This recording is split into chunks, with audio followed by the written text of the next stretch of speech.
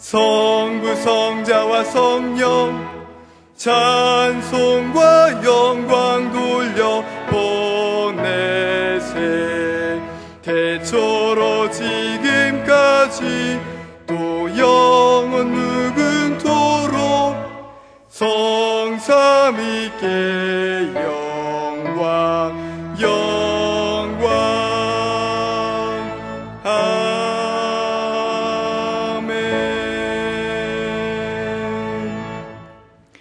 여호와의 집, 우리 여호와의 성전, 곧 우리 하나님의 성전 뜰에 서 있는 너희여, 여호와를 찬송하라. 여호와는 선하시며 그의 이름이 아름다우니 그의 이름을 찬양하라. 여호와께서 자기를 위하여 야곱, 곧 이스라엘을 자기의 특별한 소유로 택하셨음이로다.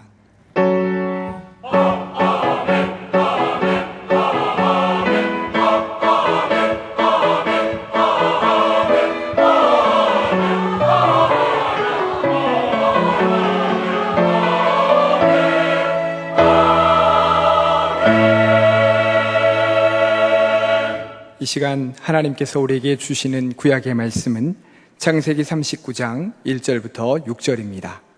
제가 가진 성경으로는 60쪽입니다. 창세기 39장 1절부터 6절입니다.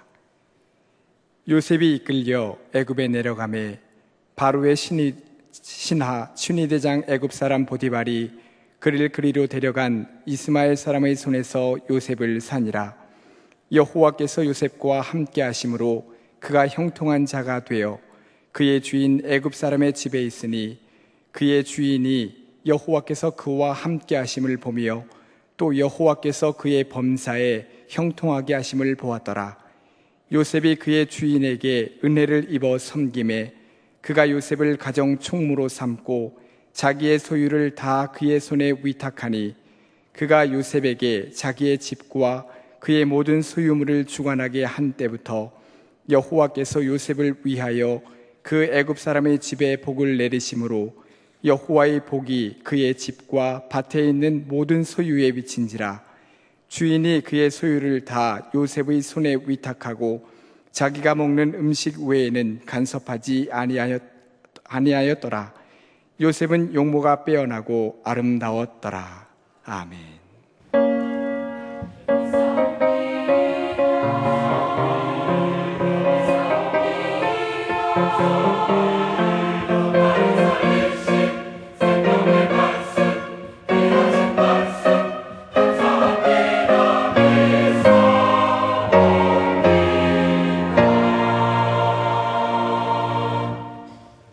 하나님께서 우리에게 주시는 신약의 말씀은 로마서 8장 26절부터 28절입니다. 250쪽입니다. 로마서 8장 26절부터 28절입니다. 이와 같이 성령도 우리의 연약함을 도우시나니 우리는 마땅히 기도할 바를 알지 못하나 오직 성령이 말할 수 없는 탄식으로 우리를 위하여 친히 간구하시느니라. 마음을 살피시는 이가 성령의 생각을 아시나니 이는 성령이 하나님의 뜻대로 성도를 위하여 간구하심이니라. 우리가 알거니와 하나님을 사랑하는 자 곧 그의 뜻대로 부르심을 입은 자들에게는 모든 것이 합력하여 선을 이루느니라. 아멘. 요즘 유행하는 말이 있습니다.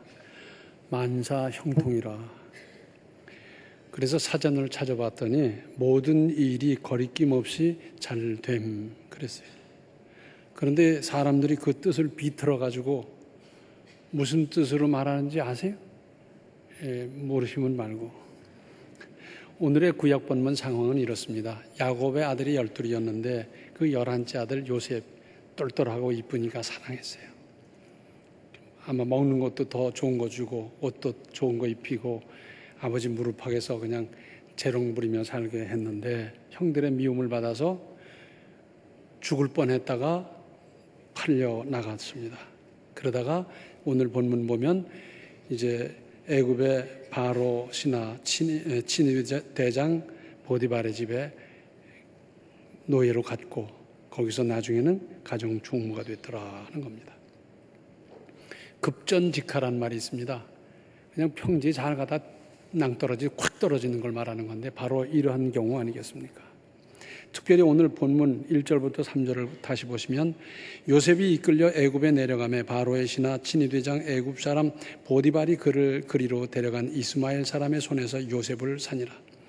여호와께서 요셉과 함께 하심으로 그가 형통한 자가 되어 그의 주인 애굽 사람의 집에 있으니 그의 주인이 여호와께서 그와 함께 하심을 보며 또 여호와께서 그의 범사에 형통하게 하심을 보았더라.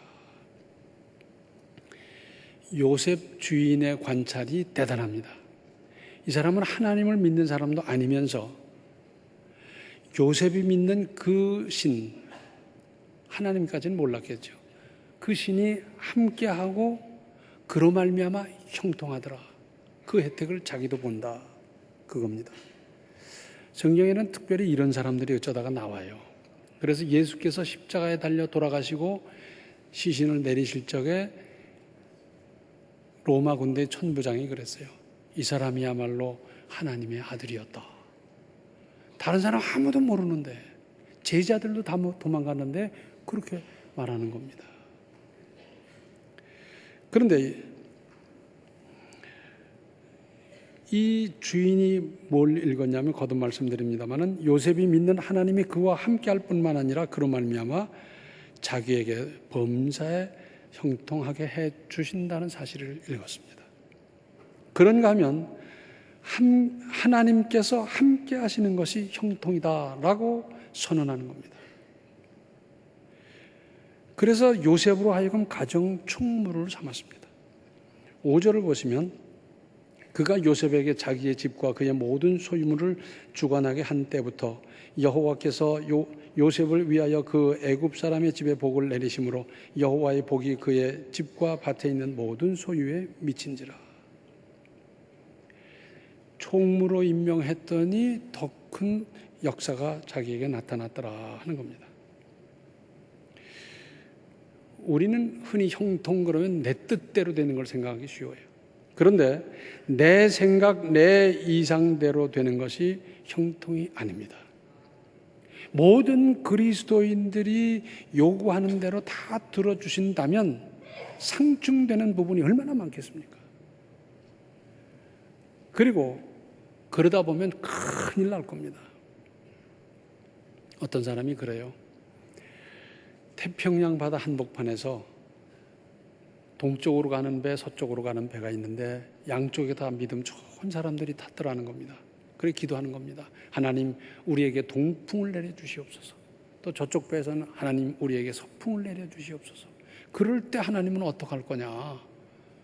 근데 그건 1차원적인 이야기고요. 기도를 들으시는 하나님께서는 그 두 배에 탄 사람들의 전후 사정과 그리고 그 밖에 여러 상황을 보시면서 그러면서 적절하게 응답하지 않겠습니까? 믿음으로 일하는 요셉, 주인은 그 중책을 맡겼습니다. 옛날이나 지금이나 무슨 일이든지 믿고 맡길 사람이 드뭅니다. 다른 사람 얘기할 거 없이요. 나는 지금 하고 있는 일을 믿고 맡길만 하게 하고 있는가 하고 살펴보십시오. 다른 사람 말고 나를. 나는 지금 하고 있는 일을 믿고 맡길만 하게 하고 있습니까? 하고 있습니까? 반면에 믿을 만한 사람을 믿고 맡기는 분별 또한 필요합니다. 이 일을 맡겨놓고 매사에 의심한다면 어떻게 되겠습니까? 자기를 의심하는 사람을 위해서 힘써 일할 맛이 나겠습니까? 믿었으면 맡기고 맡겼으면 믿으십시오. 오늘 본문 그 뒤에 창세기 39장 19절로 23절을 보면 이런 말씀이 있습니다. 그의 주인이 자기 아내가 자기에게 이르기를 당신의 종이 내게 이같이 행하였다 하는 말을 듣고 심히 노한지라. 이에 요셉의 주인이 그를 잡아 옥에 가두니 그 옥은 왕의 죄수를 가두는 곳이었더라. 요셉이 옥에 갇혔으나 여호와께서 요셉과 함께 함께 하시고 그에게 인자를 더하사 간수장에게 은혜를 받게 하시며 간수장이 옥중 죄수를 다 요셉의 손에 맡김으로 그 재반 사물을 요셉이 처리하고 간수장은 그의 손에 맡긴 것을 무엇이든지 살펴보지 아니하였으니 이는 여호와께서 요셉과 함께 하심이라. 여호와께서 그를 범사에 형통하게 하셨더라.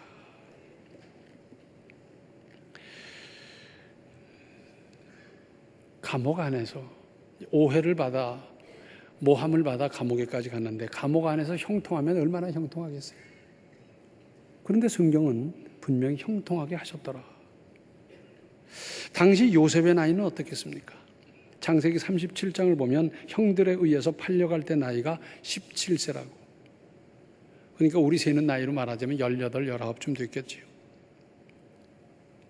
상인들에 의해서 팔려가고 거기서 신임을 받아서 가정 총무가 되는 데는 적어도 몇 년이 걸렸을 것이고 다시 창세기 39장의 상황에 이르기까지 또한 몇 해가 흘렀을 겁니다. 여기서 몇 가지 짚어보아야 합니다. 먼저 아버지의 사랑을 독차지한 응석바지로서는 아무리 똑똑해도 위인이 될 수 없었습니다. 하나님의 깊으신 계획에 따라 그에게 맞는 맞춤 훈련 과정이 필요했습니다. 사실은 여간 혹독한 것이 아니었습니다. 하루아침에 노예로 팔려가서 상인들의 온갖 시중을 다 들었습니다. 야, 물 떠와, 발 씻어, 자리 펴, 자리 걷어, 얼마나 기가 막혔겠어요. 아버지의 사랑을 독차지하고 맛있는 거 잘 먹고 좋은 옷 입고 그저 놀기 바빴는데 이건 말도 안 되는 거예요. 팔려서 보디발의 집에 갔을 때 또한 어떠했겠습니까? 종 중에 제일 낮은 자리에서 무슨 일인들 안 했겠습니까? 굳은 일 다 시키는 거죠. 말도 안 통하는 데다가 음식인들 입에 맞았겠습니까? 그것도 노예 중에 꼴찌인데 잠자리가 어떠했고 무슨 대접이 있었겠습니까? 그런데 사실은 나와 관계없어 보이는 훈련도 잘 받고 나면 반드시 유익한 법입니다. 작은 사람 만들려면 무슨 대단한 훈련이 필요했겠습니까? 큰 그릇 만들려니까 하나님께서는 그렇게도 혹독한 훈련을 받도록 하셨던 것입니다.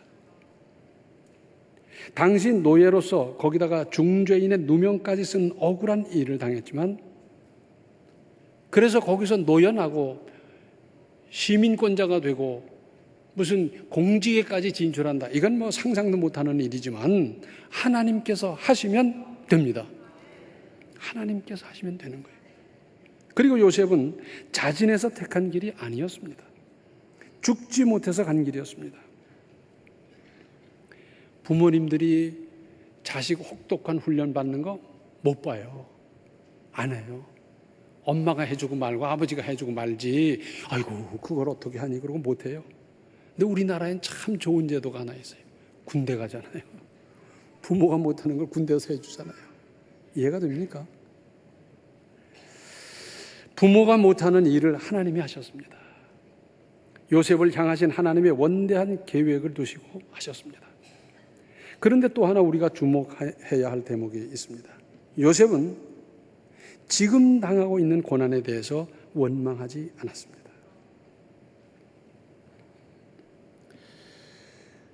내가 어쩌다가 이 지경이 됐는지 그 원인을 정확하게 따져보고 분석하는 데 시간을 보내지 않았습니다.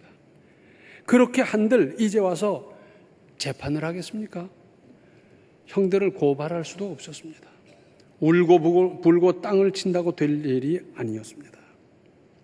신세 한탄을 하면서 가슴을 찢으며 몸부림쳤더라면 화병으로 말미암아 살아남지도 못했을 겁니다. 우리 속담에 그런 말 있잖아요. 눈물은 떨어져도 밥숟갈은 올라가야 한다고. 거기서도 적응하고 살아야 될 거 아닙니까? 가정 총무가 아무나 됩니까? 바로의 신하 친위 대장 댁의 살림이 얼마나 크고도 풍부했겠습니까? 무슨 뜻입니까? 제일 밑바닥 노예 신분에서 얼마나 성실하고 근면했으면 외국인 청년 그것도 애굽 문화와 언어에 아직 서툰 사람에게 살림을 도맡아 하도록 했겠습니까? 어떤 환경 조건에서도 근면하고 친절하고 정직하고 성실하십시오. 그래야 기회가 옵니다. 어쩌다가 그 일이 나한테나 오면 어떡하나, 그 불똥이 나한테 튀면 어떡하나, 그냥 그 물방울이 나한테 튈세라 사람들 요리피하고 조리피하고 300원 내라면 어떡하나 그러고. 전도서 9장 10절 상반절을 보면 내 손이 일을 얻는 대로 힘을 다하여 할지어다. 어떤 경로로 그 일을 내가 하게 됐던지, 나와 아무 상관도 없는데 그거 한다고 내게 무슨 유익도 없을 것 같다 하더라도 좌우간 일을 맡았으면 최선을 다하라는 겁니다. 그런 사람에게 길이 열려요. 요리 피하고 조리 피하는 사람 평생 피하다가 길 무슨 장래 없습니다. 그리고 요셉이 바라본 것은 노예 신분도 호의호식도 장래에 대한 절망이 아니었습니다.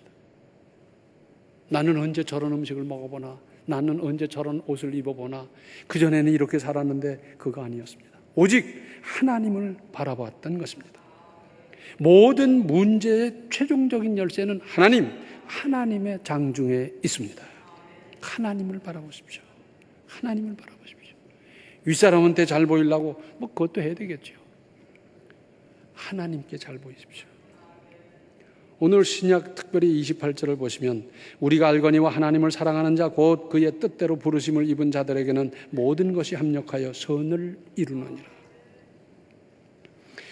새기고 되새길수록 깊고 깊으신 하나님의 사랑을 깨달을 수 있는 말씀입니다.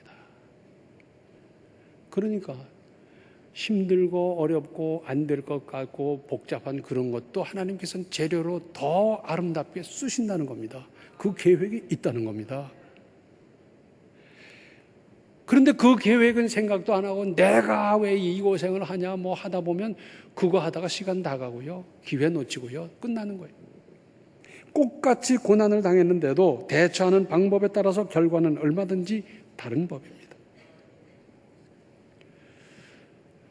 추석으로 별로 며칠 앞두고 이제 막 추수만 하면 되게 누렇게 곡식이 잘 익었는데 태풍과 홍수가 왔어요.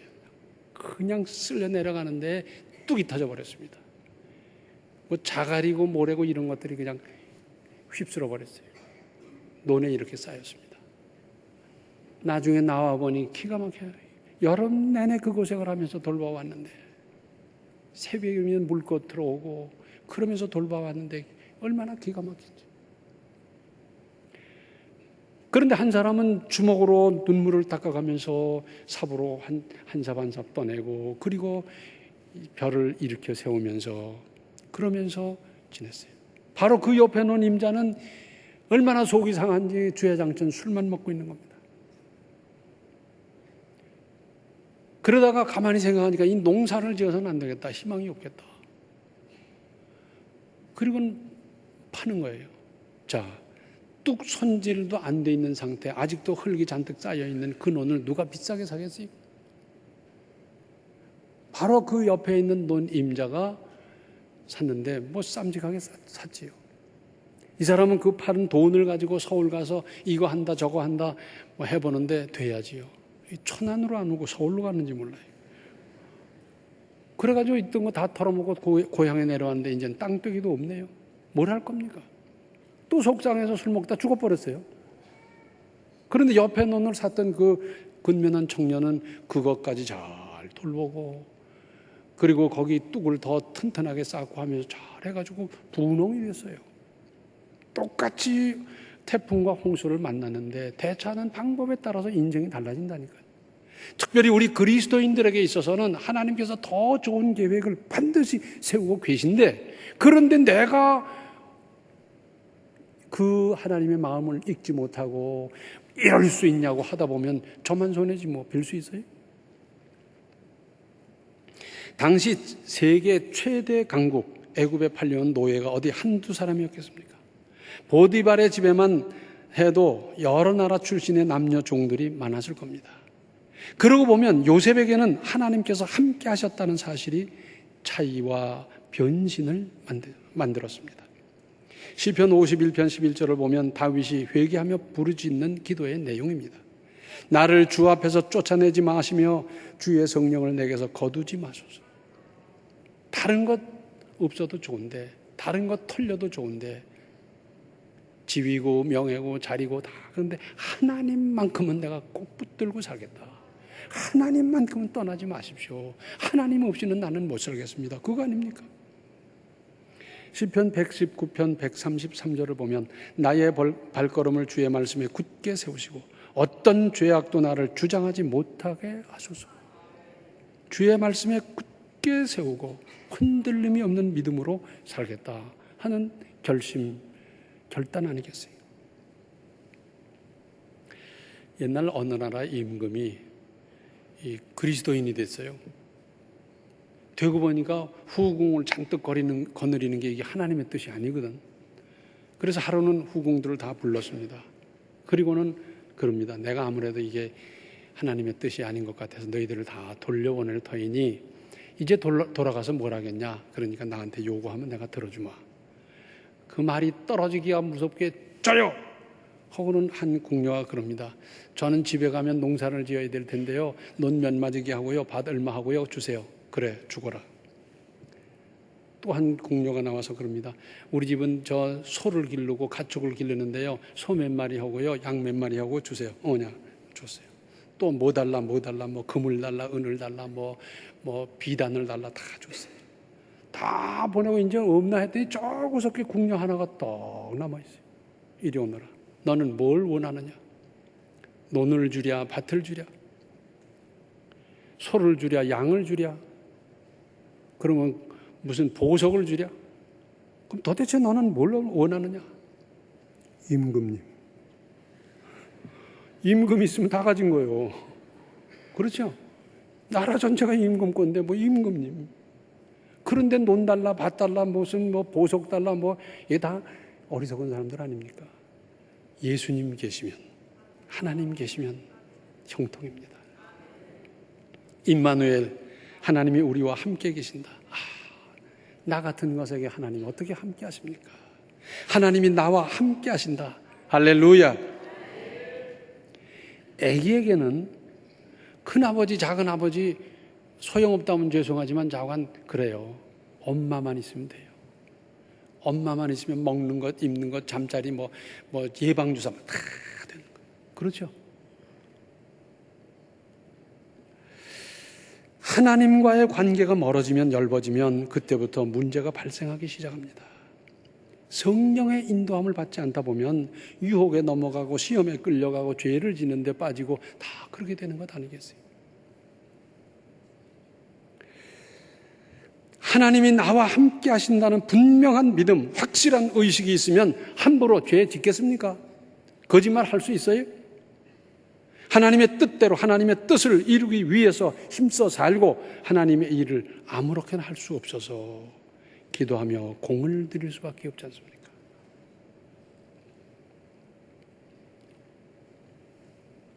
그런데 문제는 하나님께서 어느 정도 함께 하시느냐는 겁니다. 분명히 형통인데 5% 함께하는 사람과 90% 함께하는 사람 같을 수가 없잖아요. 하나님이 전적으로 함께하셔서 성령으로 충만하면 하나님께서 내 삶을 인도하시고 되게 하시고 내 주변까지 형통하게 하십니다.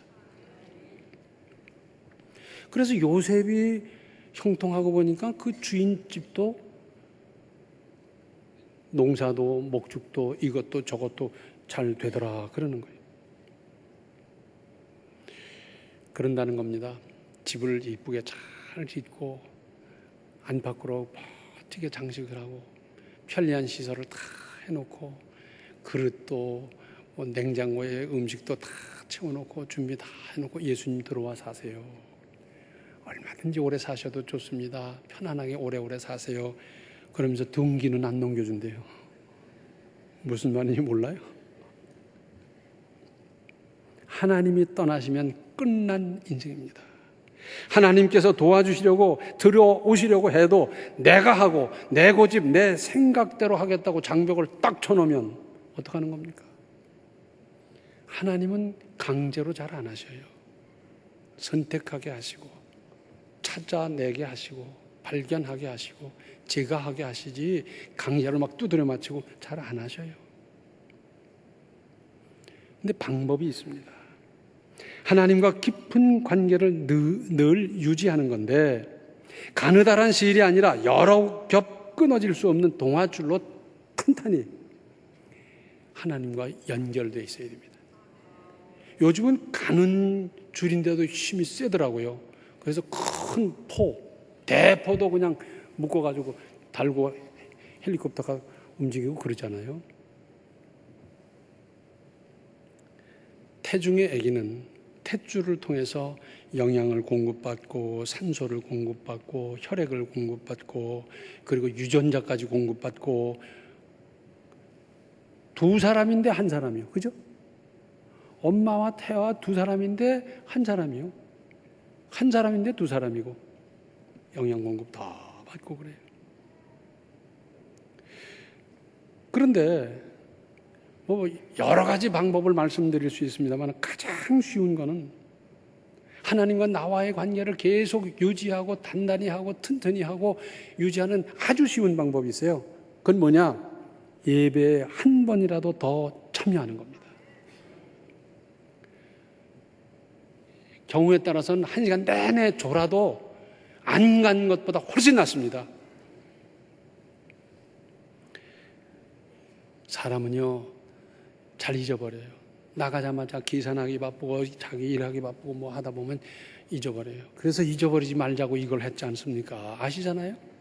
그래서 밥 먹다가 들여다보고도 그때 말씀이 이랬지 이렇게 한 번쯤 돌이켜보면서 다시 무장하고 다시 은혜 받게 하기 위해서 이걸 했어요. 그래도 또 잊어버려요. 그래서 사람은 끊임없이 계속 듣고 받아야 돼요. 다른 방법이 없어요. 뭐 짜릿한 방법, 무슨 화끈한 방법, 확실한 방법 여기 저기 찾아다니고 하나도 없고요. 한 번이라도 더 참여하는 겁니다. 아기가 말귀 하나도 못 알아들어도 예배에 참여한 것과 안 한 것과 달라요. 한 번이라도 더 참여하도록 힘쓰는 겁니다. 그게 내가 사는 길이요. 나와 하나님의 관계를 튼튼하게 유지하는 아주 쉬운 길이에요. 특별히 뭐 금식하고 절약을 안 하더라도 꾸준히 참여하는 것 자체가 방법입니다. 뿐만 아니라 하나님의 일에 깊이 참여하고 정성을 쏟는 것. 이것이 하나님과 나와의 관계를 튼튼하게 유지하는 겁니다. 그러면 공급이 됩니다. 영양도 공급되고 혈액도 공급되고 산소도 공급하고 하나님의 DNA도 공급되고 다 공급될 터인데 이런 형통한 인생을 지금부터 살아가시기 바랍니다. 기도하시겠습니다. 은혜로우신 아버지 하나님, 자행자진하며 살아왔던 우리 인생입니다. 형통한 인생이 되게 하여 주시옵소서. 하나님이 함께 하시고 하나님이 내 인생을 인도하고 지도하고 보살펴 주시는 그 인생을 살 수 있도록 도와주시고 이제는 고집 부리지 아니하고 이제는 교만하지 아니하고 주님 주시는 은혜를 따라 형통한 인생을 건설해 가게 하여 주시옵소서. 예수님의 이름 받들어 간절히 기도하옵나이다. 아멘. 깊은 곳에서 은밀히 역사하시는 하나님의 은혜를 믿고 나아가십시오.